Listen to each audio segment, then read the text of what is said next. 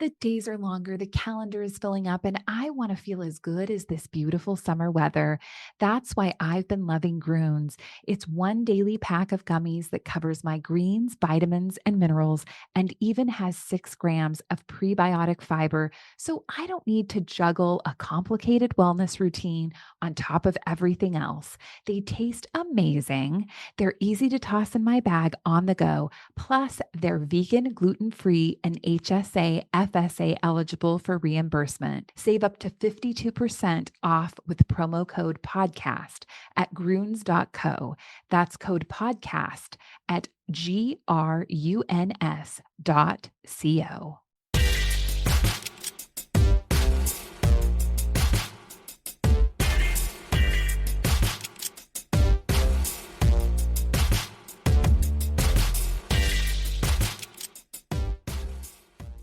Welcome back to the Alec Lewis Show. I am your host, Alec Lewis. This is episode 168, recording on Tuesday, May 19th. Going to take some questions from you guys today. A lot of them Viking specific, GM, some of the young players. What else we get? A quarterback question, a couple about opposing visiting stadiums that I enjoy going to. So a lot to get to over the course of episode 168. And it's a quiet time of the year. So getting back into the swing of things a little bit, working ahead, talking to a lot of people on the phone. It's always one of my favorite times in that regard because I get to explore some curiosity, one of which, an example of which I should say, will publish at The Athletic on Wednesday morning, May 20th. So look forward to that. But still also recovering from the Wembanyama performance on Monday night. If I seem a little foggy, probably because I just can't believe still what I watched. But we'll get to your questions over the course of this show. We'll start talking a little bit about the Vikings and Minnesota being awarded the 2028 NFL Draft. Answer a couple questions on that, and looking forward to this show. If you're new here and watching on YouTube, please hit the subscribe button right below. It helps us out a ton. If you're listening on Apple or Spotify or iHeart, you can follow us over there. Give us some stars, which helps us out, and even maybe like offer a little bit of a review. Wouldn't complain about that. This show, which we do 2 days a week, every single week, is presented by First Resource Bank. You're listening, whether you're making dinner, you're doing the dishes, you're working out, you're driving to the car, you're like, what the heck is First Resource Bank? Well, I'll tell you about it. It's a member FDIC bank in the Minneapolis area run by really good people. Tim Siegley, Aaron Siegley, Charlie Anderson. These guys are all Vikings fans, and they really just wanted to create a community feel with banking. And I go in to the Washington location, get to talk to them about this team that they care about, that I obviously am invested in because it's the day job. So great people, great online banking platform. You can check them out in the description below. The show is also sponsored by ProMN Athletics. If you have a son or friends have kids who love playing football and has dreams, aspirations of playing at a higher level in middle school, in high school, even in college, I highly recommend going to check out ProMN. It's run by 3 guys, Kurt, Graham, and Tanner, who really, they know a lot about the space and youth football here in Minnesota, and they want to lift the tide of development while also kind of helping kids grow, giving them a community, groups of friends, all of that. So it's like, if you want the best of both worlds between improving as a football player, meeting kids with like-minded interest, and learning from guys like Tanner Morgan who played the position in college, I highly recommend going to check out ProMN. All right, so we'll start here. The Vikings. If you've been living under a rock, you probably have not seen that the Vikings and Minnesota is going to be hosting the NFL Draft in 2028. This, from every understanding that I have, has been a long time coming. I can remember in 2023, the spring of 2023, sitting outside the Arizona Biltmore Hotel. It was, I was there Ben Gessling of the Star Tribune. It was just us two sitting across from Mark Wilf, the Vikings owner and president. And one of the questions I believe Ben asked that day was, have you guys gotten any closer to hearing any information about potentially hosting the draft? And you could tell by the way that Mark Wilf talked about it that it was still something that this team and by extension the Twin Cities wanted to get done.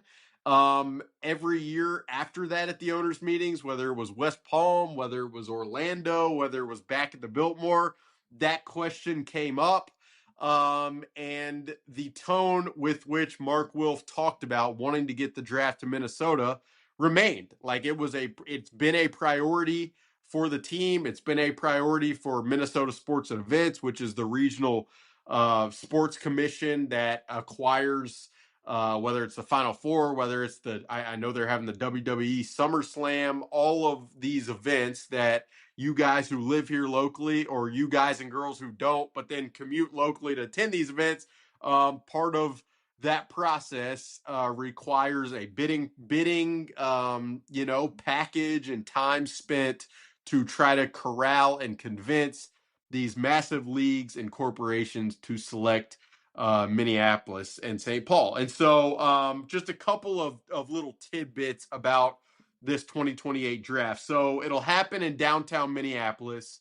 When I and some of the local reporters met with the sports commission and some of the Vikings staffers earlier this spring about this process being put together, they showed some mock-up pictures of US Bank Stadium, of the Longship out front, it was images of thousands of fans out on the lawn there. I mean, there's like some of those restaurants out there, whether it's I believe it's called On the Rails, might be Off the Rails, that'd probably make more sense, whether it's Boluto, the pizza place.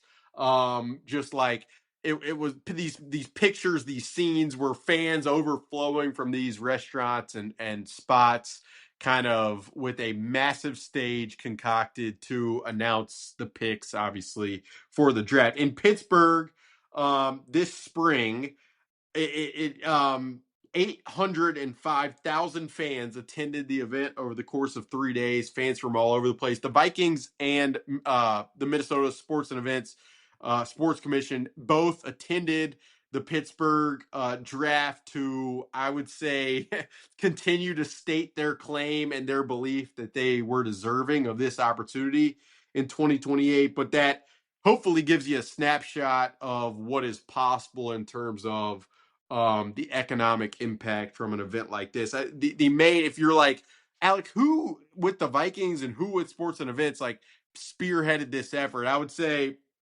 Wendy Blackshaw of Minnesota Sports and Events played a big role. Lester Bagley of the Vikings, who has worked with the team with ownership for a long, long time. COO Andrew Miller, kind of in tandem. He was a part of the press conference in Orlando on Tuesday morning when Roger Goodell announced this news. But I'm of the opinion that this is pretty cool, and maybe it'll affect some traffic. Maybe it's it is, the draft is as silly as it possibly gets. It could be done probably via conference call, but it's drawn out in this televised operation that I would say I do enjoy it. So it will just be cool, I think. I don't know.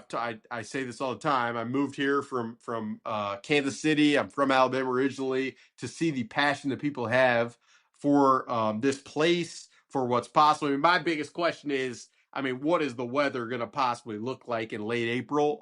It could be anything. Could get a blizzard. Could be beautiful. You just never know. But it will be a blast. So I can't wait to hopefully be down there. I'm hoping at that point we're still doing podcasts. Maybe we'll do a live show from down. Who knows what's possible? But there is an immense amount of possibilities. So looking forward to that many years down the road. But yeah, so that was the news of Tuesday morning. I would say with that out of the way, the GM search coming to a resolution will now be full focus for ownership and everybody internally. I can already tell you that Tuesday afternoon, as I'm recording this podcast.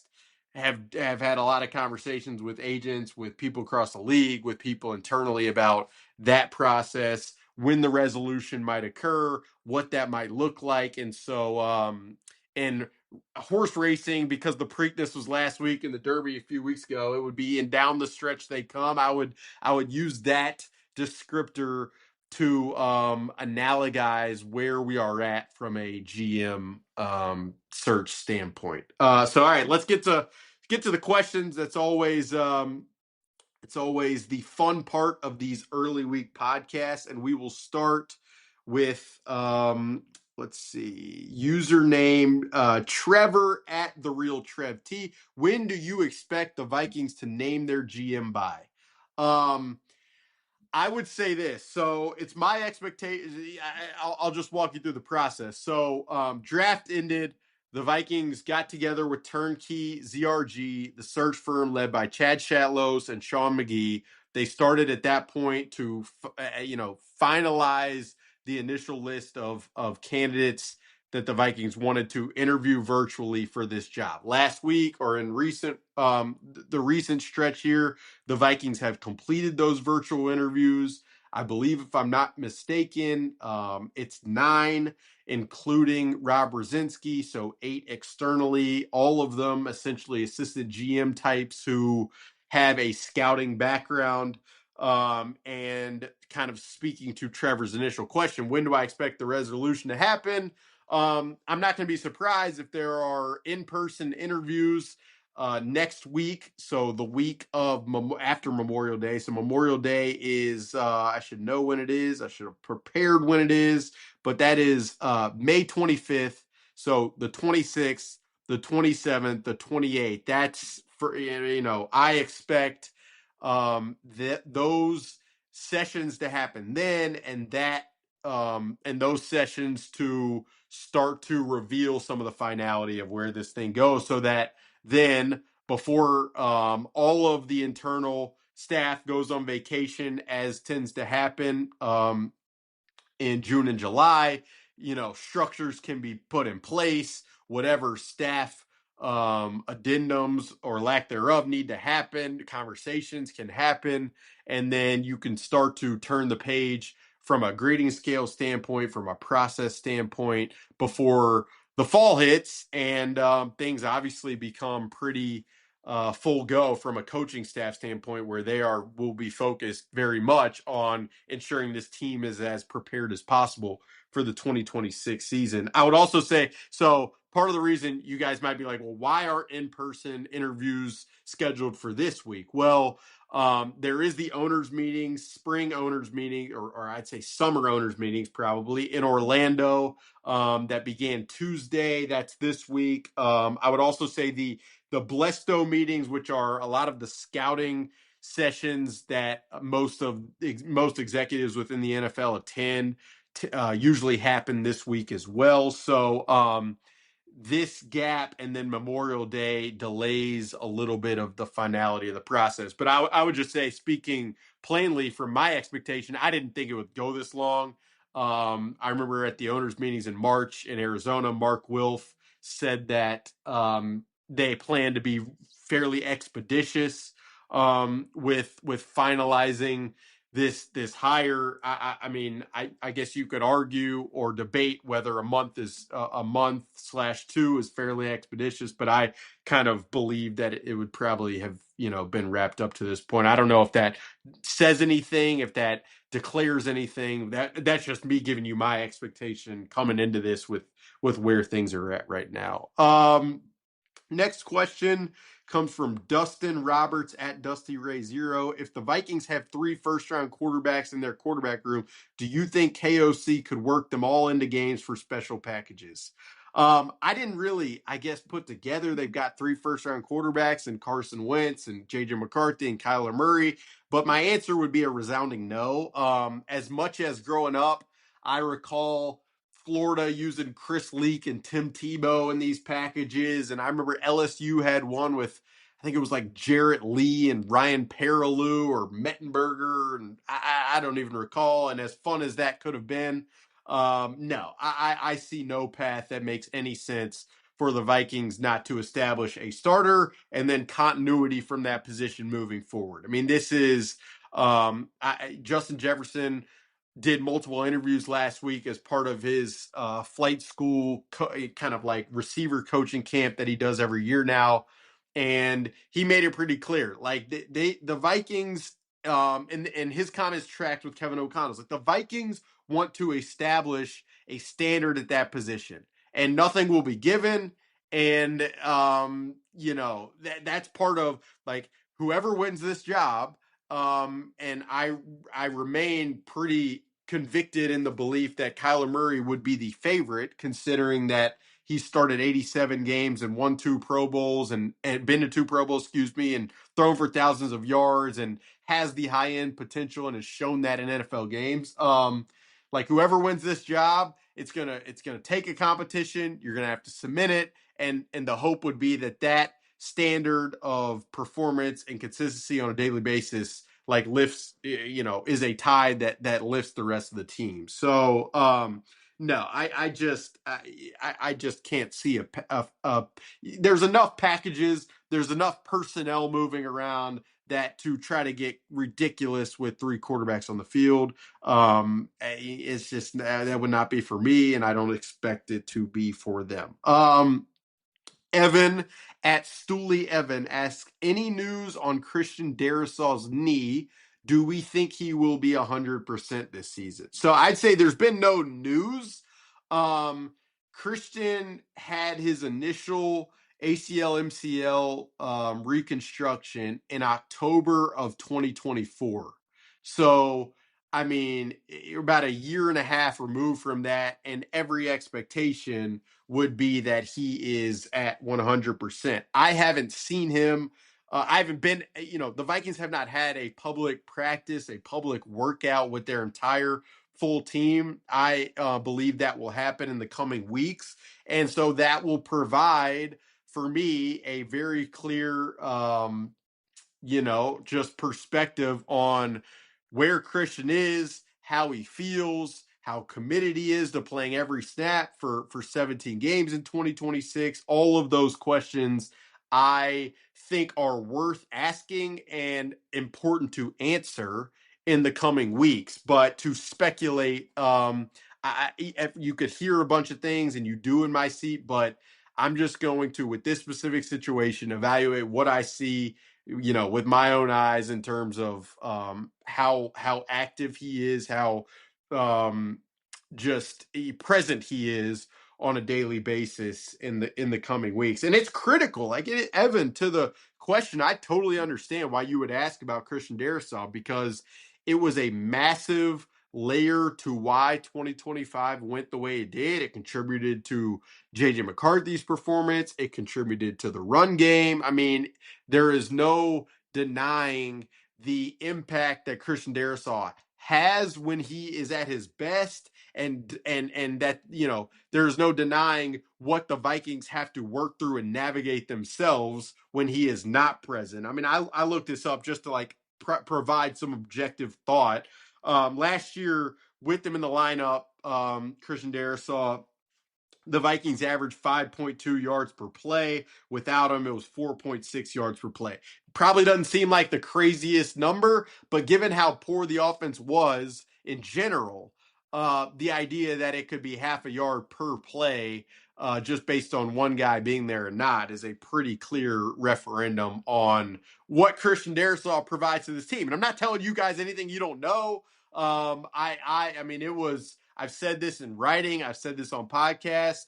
It was definitely troubling and jarring for the staff, for you guys as fans, even covering it from a media standpoint, not knowing how active or available Christian would be on a weekly basis. So yeah, it's a really important question heading into this season, and a massive subject matter. So I promise, Evan, I will revisit this in the coming weeks when I see or don't see Christian Darrisaw out on the field.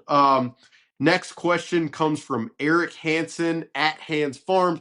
Rank your top 5 stadiums to visit based on media accommodations and the local area, and any you wouldn't ever miss again. There's part of this question where I'm like, you guys don't really care how it feels from a media standpoint. I think oftentimes in this role, it's like, it's just not, you're not that important when you cover a team, even though sometimes I think that we can give off that vibe in many ways. So, I would just say I wrote down the 5 trips that I've enjoyed making the most for different reasons, and I'll count them down from 5 to 1. Number 5, the Panthers was a sneaky one. I really thought Charlotte was sweet. I remember going to a barbecue place night before the game, watching college football, and then the stadium's walkable to a lot of downtown hotels. I just thought like the seating in that stadium, you had pretty clear lines of sight, and the weather was pretty good. So Panthers at 5, kind of random one. 4, I wrote down the Dallas Cowboys, and I don't know, it was just cool to be in Jerry World for as ridiculous as it is. I'm never going to forget that they had a taffy dispenser in the press box. I thought that was, I mean, there were lemon heads too. Like you just grab 50 if you want while you're trying to write something at 3 a.m. But enjoyed that experience, even though Dallas is so spread out. 3, I wrote down Lambeau. Just the history of it. I always love being there. I love the atmosphere. I've seen some very fun, wacky, weird games there. The omelet station that they do is really high level. So shout out to the chef over there. Number 2, I wrote um, Buffalo. It reminded me so much of a college town. There was like one lane to get into the tailgate parking lot, which was similar to kind of Kansas City and the Chiefs atmosphere. But then I don't know, everything from just how aggressive that tailgate scene was to the rickety seats in that old stadium that I guess I won't probably see a game in anymore. Like I just and then the atmosphere of what that game was in 2022, I'll just never forget that. So I'm a little biased. And the number 1 for me, kind of the sneaky one. I every time I go to Seattle, it's awesome. Like I love that trip. I love the stadium. I think it's such an interesting place. The games have both been really, I would say actually the Brosmer interception game, probably not crazy, impressive and interesting, but just everything about it. The peppered bacon in the press box, the Starbucks, they got one in the press box. So that would be my 5: Panthers, Cowboys, Packers, Bills, Seattle. I haven't been to all of them. Vegas is like a pretty easy layup, but I just wanted to avoid that in many ways. It's just I just wanted to be creative. That's just kind of how it goes. Next question from Ron Rubin. Ron, how much time is Kyler spending in Minnesota this offseason? A lot of it, certainly. From everything I've heard, he's been in the building very consistently. He's given efforts for sure to get to know guys, to spend time outside. Like I know they all went to one of those wild games, maybe late season or playoff games. Kyler did attend that game with a bunch of the teammates. So I think he is very motivated and clear-minded in understanding like what he has to do to cement this job. And it's not just on the field. It is leadership. It is, again, just being the type of person in the locker room and on the field that allows the rest of the team to come behind you and feel like that you have a great chance to win every single Sunday. And so I think that's contributed to his presence here on a pretty consistent basis, I would say. A couple more questions we will get to over the course of the show. But first, I want to give I want to mention Great Clips, a new sponsor to the show. Look, when you have hair that is lessening like mine has over the last however many years I've covered this team, and I think there is a direct correlation between how much hair I have and how long I have watched Vikings football, and you guys probably can relate to that. You need a salon that is doable, able, aware enough, and that's what Great Clips is. You can go online, to Great Clips website, which will be in the description. You type in your zip code. It's really easy, and they'll give you a local Great Clip salon that you can go to. They've got ideas of haircuts if you need them. I don't know what the heck you call what I have right now. It's just what I do. They've got I believe even a senior discount if that's your jam. Certain gels, shampoos, clays to put in your hair, which sometimes I try to do, and I don't know if it looks better or worse, but I'm sure their products will make you look better. But yeah, it's Great Clips. If you need a haircut, it's probably a pretty good time for it before Memorial Day, before July 4th, all this stuff that's coming up. Highly recommend going to check out Great Clips. All right, next question comes from, I believe, Isaac. Isaac, if that's how you pronounce it, Hills and Dagger.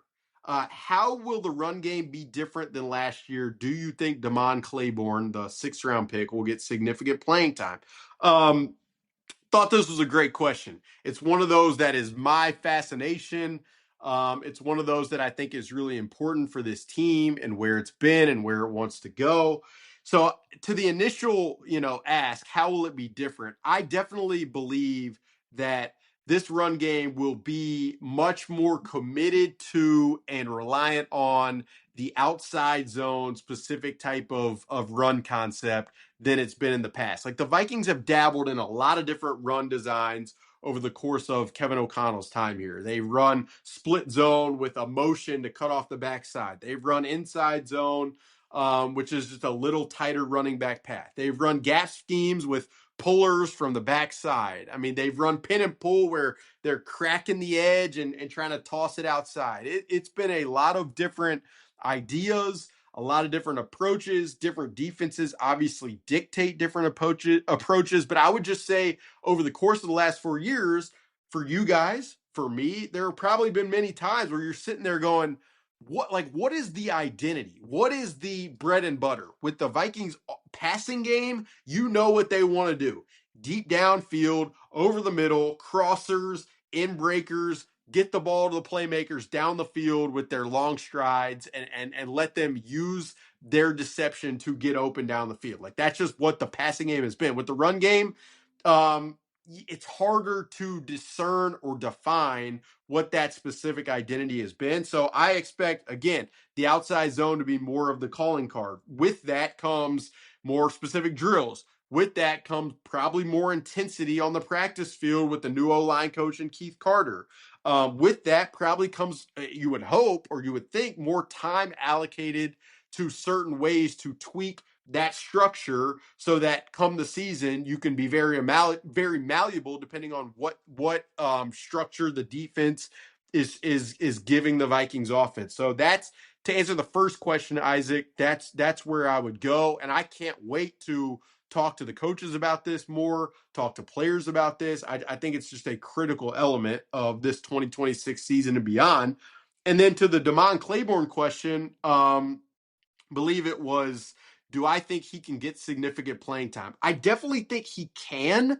I would lean towards betting that it would occur more close to the back half of the season. And you guys might be asking, well, why? I'd say two reasons. One, you probably there's a likelihood of injury with Aaron Jones and potentially even Jordan Mason, and then just that gives Damon more time to understand the playbook, to work pass protection, all of those minor little hurdles that rookies, especially at that position, have to climb to then get more of a workload. And so I think like Damon Claiborne's potential contribution is just going to hinge on how dialed in is he on the playbook, how healthy is he every day, from a pass protection standpoint, how much can he be relied on, like all of those components. If they can rise to a certain bar, he has such talent and dynamic ability as a runner and even as a pass catcher that it's going to be hard for Kevin O'Connell, for the Viking staff, to keep him off the field unless there are those major flags elsewhere that would be kind of a limiting factor. But I thought that's a great question. And I would say, like, I at the Athletic this year am going to do my best to document some of the run game stuff as much as possible. And it's again because I think it's fun to learn. I think it's fun to talk about. I think it's important. So that's what I would say on that specific question. All right, the next question comes from Skull Baby. Any buzz on them adding another veteran pass rusher, say Cam Jordan, AJ Epinesa, someone in that ballpark? So I would just say there hasn't been any buzz for me of late, but the reason you're asking that question is because of the depth at edge rusher, and it's undeniable that the Vikings need additions there. You've got Dallas Turner, you've got Andrew Van Ginkel. Then behind those guys, you've got Bo Richter and Chaz Chambliss and Tyler Batty. So there's got to be some more experience there. I would say, especially at that more pass rush specific spot where Dallas Turner plays, where Jonathan Grenard did play, and so like there are some free agent names, some of the guys you mentioned for sure. I think it's going to be about two things: straddling the how can you find somebody who isn't expecting to start on an every snap basis because that's Dallas Turner's role now, and then what do you have to pay to that type of person? So there's some options, but I don't expect a crazy quick resolution to that because again, I believe until the GM is hired, then you probably set the course from there. Someone also asked like a timeline or something on Harrison Smith or an update. I still don't have one, and I don't expect one like in the coming weeks. I've said from the get go, like if you're expecting news regarding Harrison Smith, I think you got months to wait for that. So I'm still in that mode as far as Harrison Smith goes, and the Vikings are okay with that because I mean, what's he gonna do in training camp? That what the way he is, his body will be prepared probably whether he's playing or not. And then knowing the calls, knowing Brian Flores' scheme. I mean, it's like probably the equivalent of riding a bike for a guy like that. Let's see what other questions we got here that I can answer. Purple Nurple asked, any ideas why Chad Alexander decided to drop out of the Vikings GM interviews? Wasn't a fan of the power structure. I would say I don't necessarily think that it because he wasn't a fan of the power structure. I just feel like there is kind of a thought that perhaps the Vikings at that point had a bit more of a refined idea of who probably the tighter group was of candidates they're considering, and if Chad didn't believe he was going to be in that group with the job he has now with the Chargers and with potential opportunities in the future, why spend the time? I'd say that's what you hear a little bit. Ryan Erickson asked, if you were the Wills, knowing what you know, who would be your choice to be the GM and why? I mean, I would say this: it's really hard knowing what I know. I mean, I've done as much work as I possibly can on the candidates in terms of your Nolan Teasley's, your John McKay's, your RJ Gillens, Terrence Gray, all of these guys. You do as much work as you possibly can, but there is no easy substitute for being in those interviews and actually asking some hard questions and having really just like the complete like holistic understanding of what these candidates are and can be. And so I think like I get why people have perspectives on it needs to be this guy, it needs to be that guy.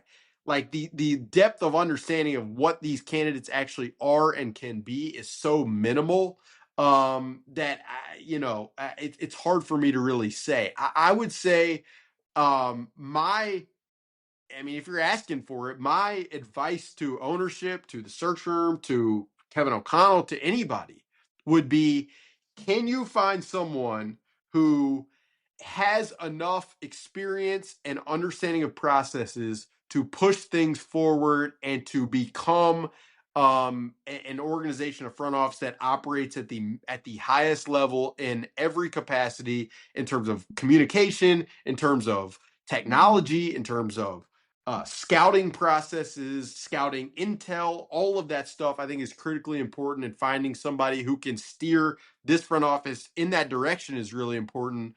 But I also think it's critical to ensure that this ownership group is hiring somebody who fits within the structure to where guys like Kevin O'Connell, guys like Brian Flores, the rest of the coaching staff have a ton of buy-in, that all of the T's are crossed and I's are dotted on the front office scouting side, that gives everybody conviction. And if you can blend those two worlds in the best possible way with this hire, I think you give yourself the best chance. Last one, Kay Delisle. What does Alec do during the quiet times of May through mid-July? Any larger long-term articles in the works? Love the big articles in the past. Absolutely, a ton of them in the works. Um, Raring to go with some of them, but it's kind of like you got to hold back the reins a little bit. But yeah, it's a lot of work ahead on bigger stuff. It's recording podcasts like these. It's talking to a lot of people in the industry about a bunch of subjects, both Vikings related and not. And then it's, yeah, travel, vacation, nice food here in Minnesota, which if you've got recommendations, please toss them in the comments or at me on social media. But yeah, this is the slowest time of year, and it's not quite slow, but it gives you a little bit of a reset and big picture way to think about things. So always love it. Don't take it for granted. And yeah, here shortly I expect a GM hire, and then who that person is and what they're bringing to the table will be top of the line as far as the reporting process and what I'm after. So looking forward to that. Appreciate you guys being here for episode 168. We'll be back later this week talking through a lot of the Vikings roster, defensive structure, with the guest later this week. I'm looking forward to that. So it should be pretty fun. But yeah, it's episode 168, presented by First Resource Bank, sponsored by Pro MN. Great clips hopped in if you need a haircut, you can find information on how to do that at a local Great Clip salon in the description below. Unreal, the clothing brand. I've got the joggers on right now as I'm athleisure, relaxed, putting in some work ahead of training camp in the season. So thank you guys for being here. Talk to you later this week, and that will do it. See you very soon.